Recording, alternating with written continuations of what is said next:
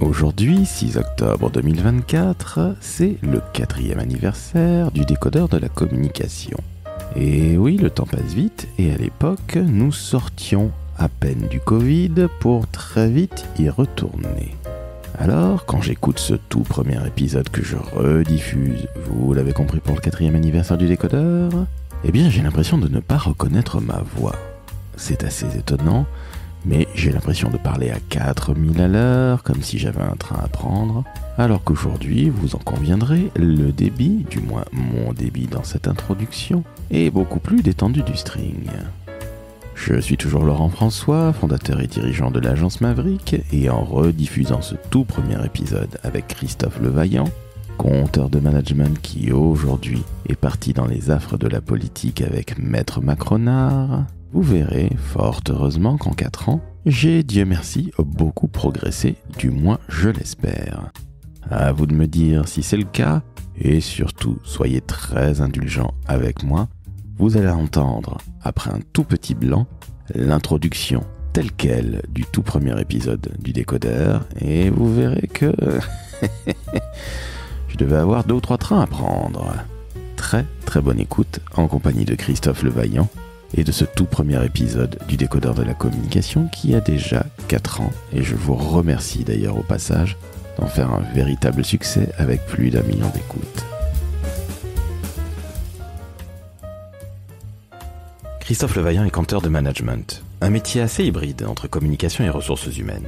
Un métier qu'il exerce depuis plusieurs années après avoir travaillé à la communication d'un très grand groupe du CAC 40. Aujourd'hui, Christophe va nous expliquer son job, son point de vue sur la communication et les relations humaines à l'heure du Covid-19.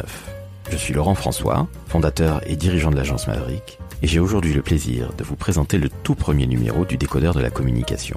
Ce podcast a un seul et unique objectif, décrypter, vous expliquer et mettre en lumière les métiers de ce magnifique secteur qu'est la communication. J'espère que vous apprécierez ce tout premier épisode. Je vous laisse maintenant avec Christophe, le conteur de management. Le décodeur de la communication, un podcast de l'agence Maverick. Salut Christophe, comment ça va ? Laurent, ça va très très bien. Bonjour à toi, et je suis bien parce qu'il fait beau et chaud. Je te remercie d'être le premier invité du décodeur de la communication. Merci de m'avoir invité. Je t'en prie, c'est tout à fait normal. Alors ça fait quelques années qu'on se connaît, mais est-ce que tu peux te présenter à nos auditeurs et nous dire tout simplement ce que tu fais aujourd'hui, puis après on reviendra un petit peu sur ton parcours. J'interviens maintenant dans les structures en tant que conteur de management. Alors un conteur de management, c'est quelqu'un qui parle de management, qui raconte à des entreprises des anecdotes croquignolesques sur le sujet, mais qui surtout les fait réfléchir et, je l'espère, les fait agir une fois que je suis parti.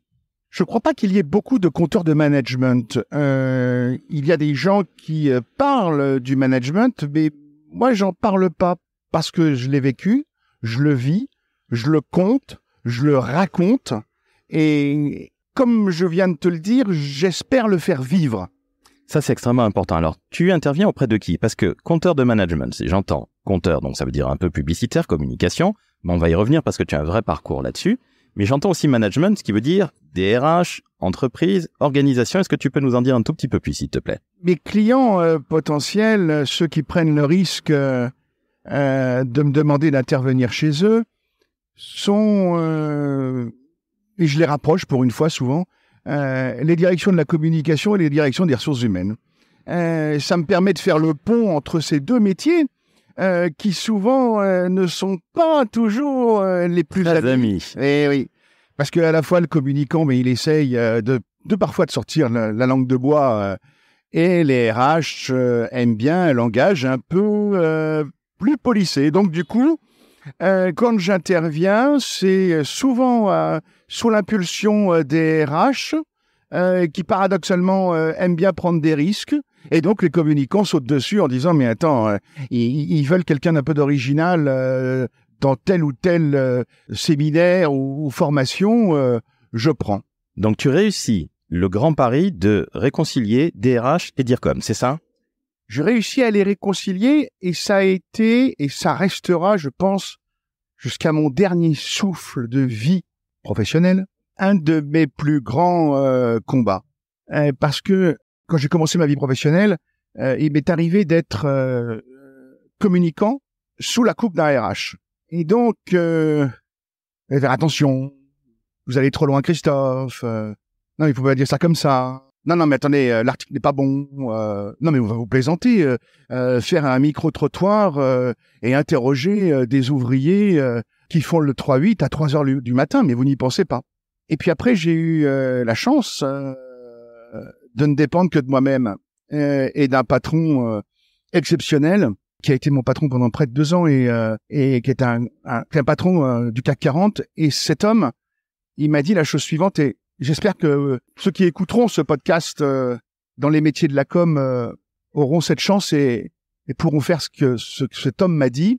Un jour que je lui proposais une idée qui était disruptive, comme on dit maintenant dans la communication de la boîte, il m'a regardé et il m'a dit, le vaillant, vous proposez, vous faites et vous assumerez. Ce qui était dans son langage, vous voulez faire ça, faites-le. Si ça me plaît pas, vous dégagerez.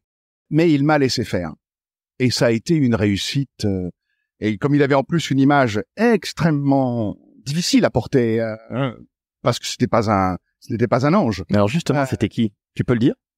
Oui, parce qu'il est plus en activité maintenant. Il a été président du groupe Arcelor et c'était Guy Dolé qui a quitté les fonctions de la présidence d'Arcelor quand Lakshmi Mittal, lors de cette grande guerre dans les années 2006, quand Mittal a pris le pouvoir sur Arcelor. Cet homme, Guy Dolé, m'a permis de gagner 10 ans de vie professionnelle, Laurent. Il m'a appris que notre métier, le métier de communicant dans son acception large, c'était la capacité à prendre des risques. Non pas pour soi, mais quand on connaît un peu de façon presque intime l'entreprise dans laquelle on est, on doit pouvoir proposer à une direction générale, à des managers, des approches différentes. Et dans une époque, je dirais, en voyant un peu l'évolution de la com, des métiers, dans une époque où je trouve, pardon à tes interlocuteurs, mais je trouve que nous sommes très aseptisés. Être compteur de management il y a 10 ans ou 15 ans, ça aurait été peut-être beaucoup plus facile. Maintenant, être un compteur de management et dire dans une structure faire passer un certain nombre de messages, il faut vraiment que la direction générale soit moteur et puis donne un grand coup dans la fourmilière pour essayer de faire respirer les boîtes. Moi, j'ai eu la chance, malheureusement, à l'âge du Christ, à 33 ans, d'avoir cet homme Guy Dolé, auquel je pense souvent. Et la phrase que j'ai évoquée il y a quelques minutes, je la dis souvent en intervention. J'en parle souvent en intervention dans les entreprises. Je l'explique parce que pour moi, c'est une phrase symbolique, Laurent. Elle est symbolique parce que elle invite les gens à proposer. Elle invite après les gens à se responsabiliser, c'est-à-dire de mettre en place, de faire. Et derrière, elle invite aussi les gens à réfléchir sur le fait d'assumer ce qu'ils ont fait, d'assumer leurs décisions, pour paraphraser quelqu'un qu'on connaît bien, quoi qu'il en coûte. Et ça, quoi qu'il en coûte, dans une structure, bousculer les choses, c'est épatant. C'est un peu mon ADN, tu vois, mon ADN de communicant tourne beaucoup autour de cette phrase. Je reviens à cette histoire de courage dans l'entreprise. Tu es compteur de management, donc tu as commencé dans la communication, tu viens d'en parler, dans un grand groupe industriel avec un patron apparemment qui était un petit peu, c'était un tough guy comme on dit aujourd'hui. Ce qui est plutôt intéressant parce que je pense en effet que c'est la meilleure des formations en tant que personne de la communication et tu viens de le dire à l'instant, tu as gagné quasiment 10 ans aux côtés de cet homme-là. Maintenant, avec ce discours que tu as, dans une période qui est assez troublée, celle du Covid-19, est-ce que ce message passe ou est-ce que tu constates que malheureusement, on est toujours dans cette communication aseptisée et ce à tous les niveaux et pas uniquement de la marque? Je vais te répondre avec la phrase de Michel Houellebecq qui a dit au printemps dernier, avec la Covid, le monde d'après ne sera pas meilleur, il sera pire. Ça veut dire que, et pardon de ne pas être dans l'air du temps, mais tout change parce que rien ne change. Alors, il va y avoir des changements à la marge. C'est-à-dire que des structures vont être obligées, entre guillemets, d'accélérer des mouvements de télétravail. Les entreprises vont devoir se soucier un peu différemment des envies de leurs collaborateurs à accepter des mobilités et à bouger, etc. OK. Pour le reste, je pense que au fur et à mesure où la crise de la Covid dans les organisations, de ce que j'en vois, va perdurer, on va revenir très tranquillement à nos bonnes vieilles habitudes. J'ai un discours qui n'est pas dans l'air du temps, mais quand je discute avec des personnes dans des structures, et pas des moindres, qui me parlent de ce qu'ils vivent et comment ça se passe à l'intérieur, j'ai envie de dire qu'en off, il n'y aura pas grand changement. Mon combat actuellement, et je pense qu'il faut profiter de ce podcast et de cette initiative pour dire quand même à ceux qui nous écoutent que le métier de l'événementiel, des séminaires d'entreprise, des gens en présentiel, comme on dit maintenant, vit un véritable drame depuis des mois. Et que les boîtes actuellement, qu'est-ce qui se passe, Laurent? Elles constatent que les gens ont besoin de se retrouver, ont besoin de se toucher, ont besoin de se faire des coups de coude ou des coups de fesses. C'est vrai, les gens, ils ont besoin à nouveau de proximité. Nous ne serons jamais au Japon. Nous ne serons jamais, on n'a pas, notre culture à nous, elle est méditerranéenne. On a besoin de se revoir. Je vous dis ça parce que pourquoi les choses vont redevenir comme avant? Mais simplement, il faut la période de transition. C'est que plus que jamais, les boîtes, elles vous disent, qu'est-ce qu'on peut trouver comme idée pour qu'on se voit? Oui, Zoom, c'était pas tant, on a fait, machin, tous les trucs, c'est formidable, maintenant on connaît, etc. Mais on a besoin de se retrouver. Donc, je pense que, pour répondre à ta question, pardon si j'ai été un peu long, mais je pense que globalement, les choses vont revenir dans un cours, pour moi, enfin, dans un cours normal, avec une volonté de encore plus aiguë d'échanger, de dialoguer, de se voir, de se toucher. Et si je veux faire un peu d'humour, je peux. Les gens vont avoir besoin avoir à nouveau dans les entreprises de se toucher, même s'ils peuvent plus se sentir. Donc c'est vraiment voilà. Donc il faut simplement il faut reprendre des risques. Hier, et je veux lancer aussi un message pour tous les gens, quoi. La vie continue. Moi, hier, j'ai animé un thème autour de la RSE au Bois de Boulogne, dans une buvette avec 10 collaborateurs et leurs patrons. Et on a fait ça au vert. Fin août, j'ai fait le compteur de management dans une société de travaux publics. Eh bien, on l'a fait. Ça ne change rien. C'est-à-dire qu'il faut que les gens se rendent compte que si on a tous les gestes barrières qu'il faut, la vie continue et les gens ont besoin de ça dans les entreprises. Christophe, tu disais tout à l'heure que tu es compteur de management. Tu es diplômé d'une école de journalisme sur Paris. Peux-tu nous dire comment tu as débuté dans les métiers de la communication? Parce que je crois que tu as été épaulé par un très grand homme. Je fais mon école de journalisme, j'en sors, il vaut mieux d'ailleurs. N'ayant pas des parents barons de la presse dans les années 80, impossible pour moi de trouver un job dans ce métier. D'ailleurs, j'en profite pour dire aux nouvelles générations qu'elles ont beaucoup de chance et je les entends parfois dire « Ouais, mais on ne trouvera pas de boulot, comment on fait, nanana ». Mais dites donc, les amis, papy va vous dire un truc. Comment il faisait, lui, il y a 25 ans? Il n'y avait pas d'Internet, il n'y avait pas de smartphone, il n'y avait pas de tout ça. Nous, il fallait qu'on écrive des lettres, qu'on téléphone avec des téléphones pourris pour avoir des rendez-vous, des stages. Vous avez tout ce qu'il faut. Vous avez Insta, vous avez Facebook, vous avez Snapchat, vous avez TikTok. Vous avez même des réels dans Insta maintenant pour vous démarquer. Donc moi, j'ai envie de leur dire, utilisez votre créativité pour forcer la porte des journaux ou des boîtes si elles ne veulent pas de vous.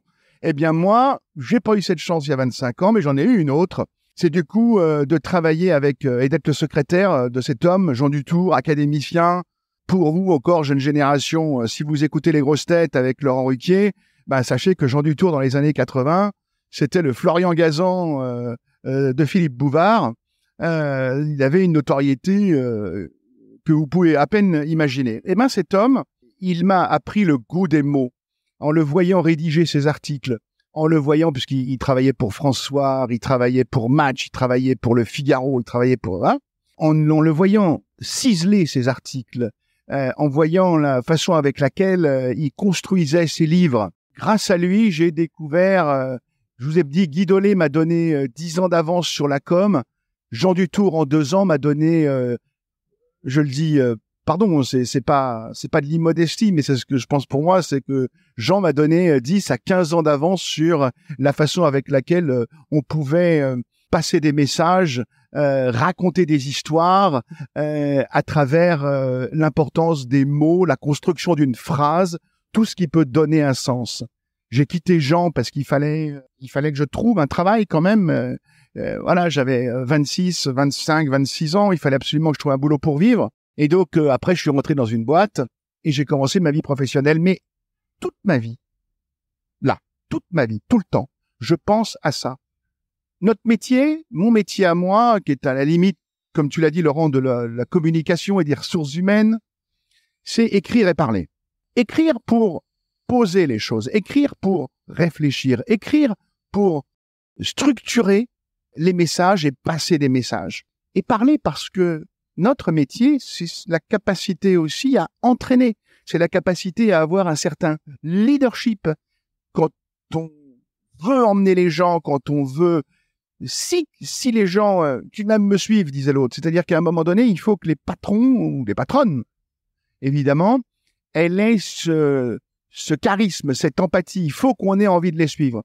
Donc, savoir écrire, savoir parler, bien parler, les deux, parce que la com, c'est pas uniquement du blabla. Surtout pas. C'est d'abord un métier, c'est d'abord des techniques. Ce sont des clés absolument fondamentales dans notre métier. Tu vois, il m'est arrivé de faire du média training avec des personnes qui ont une certaine notoriété.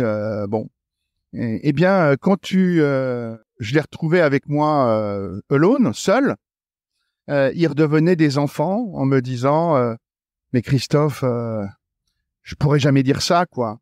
Je dis ça parce que quand vous avez un patron d'une boîte de plusieurs milliers de personnes à qui vous demandez de faire le poisson rouge devant un aquarium pour lui expliquer l'importance de la technique du poisson rouge dans son expression orale, c'est pas un gadget parce que vous n'avez pas le droit à l'erreur quand vous faites ça, même si on est seul. Mais les gens sont toujours à la recherche de pouvoir mieux s'exprimer, mieux s'expliquer. Et notre satané, pour pas dire autre chose, métier, c'est ça. Donc les jeunes, lisez, parlez, continuez. Vous avez la chance extraordinaire d'avoir, en termes de créativité, 20 piges, 25 piges dans les années 2020. Profitez-en.